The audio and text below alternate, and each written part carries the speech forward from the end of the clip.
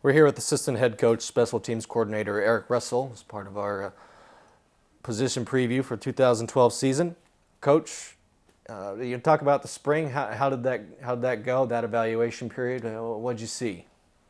I saw some guys that are willing. I obviously saw a lot of areas that we need improvement on. A lot of areas that we still got to identify guys in. But what I saw was some guys with an effort and a hunger to listen. They were coachable. They tried, and that's where we got to get to. Now we just got to get that over the hump to where they totally understand things and continue to stress the impact that each guy can have on special teams. Let's start with the place kicking. You returned all-conference candidate and Andrew Fernie, who had one of the better seasons in WSU history last year. What did you see from Fernie in the spring that has you looking forward to? He's a weapon for us. Well, I think Fernie responded well to the challenge of us bringing in Michael Bolin. Early on I didn't know what to expect from Fernie. He came in and he was on there. I said, hey, stick it through the pipes and you're good. Don't worry about stuff. I mean, if you're worried about that, you're gonna have a tough time in this league. And I think after just understand that he was going to get an opportunity, but there was competition for him. He went out and responded well, and he's had, from all accounts, talking to Coach Lascauza and everybody in the weight room, a tremendous summer. I think he's earned a lot of respect from his teammates and from the coaches, and he's transformed his body a lot. He's a stronger kid. I think he's confident right now, and he's really emerged as a leader of that group, which is something I've kind of asked him to do. So, had a good spring, and I think he's had a great summer as well. You just mentioned Michael Bolin kind of taking over the punting duties and kickoff duties, but at the same time, you haven't seen him in game situations yet. We've seen Andrew Fernie, in game situation, but you haven't seen Michael Bolin yet.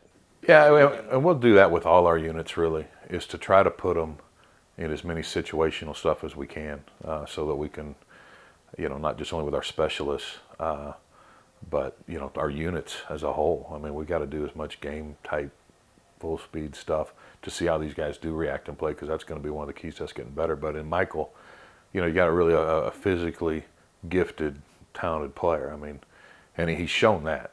Now you're right, with 50,000 people in the stands and it's on the line and consistency and things like that. How's he going to hold up?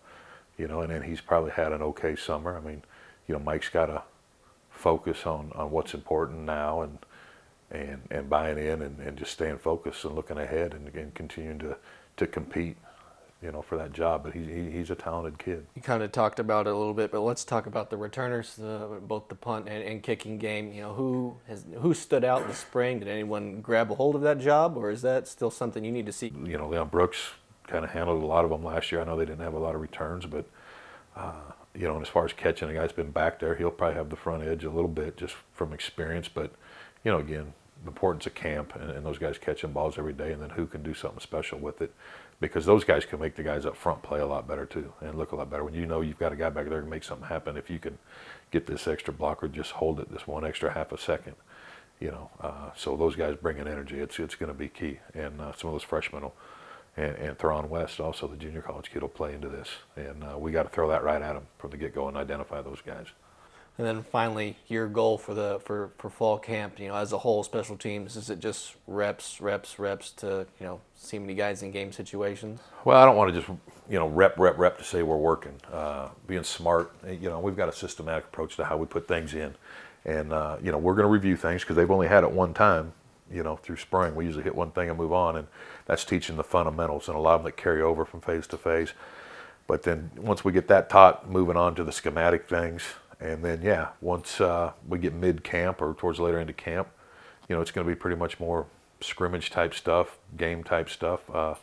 Everything we do is going to be full speed though. I don't have some of these walk around periods or just kind of, we're going to go. I mean, you don't play on Saturdays at a certain tempo or a short space, but we're going to be smart with how we do things. And, I said as much situational stuff as we can throw at them. It might be stuff you don't see during the season, but it might be stuff that shows up one time and our ability to respond in those situations. And so it's going to be a key fall. We've got a long way to go. Obviously, you're always excited to see what you got in the term of newcomers. And who's going to kind of step up there. Somebody will probably end up emerging that you really weren't counting on right now.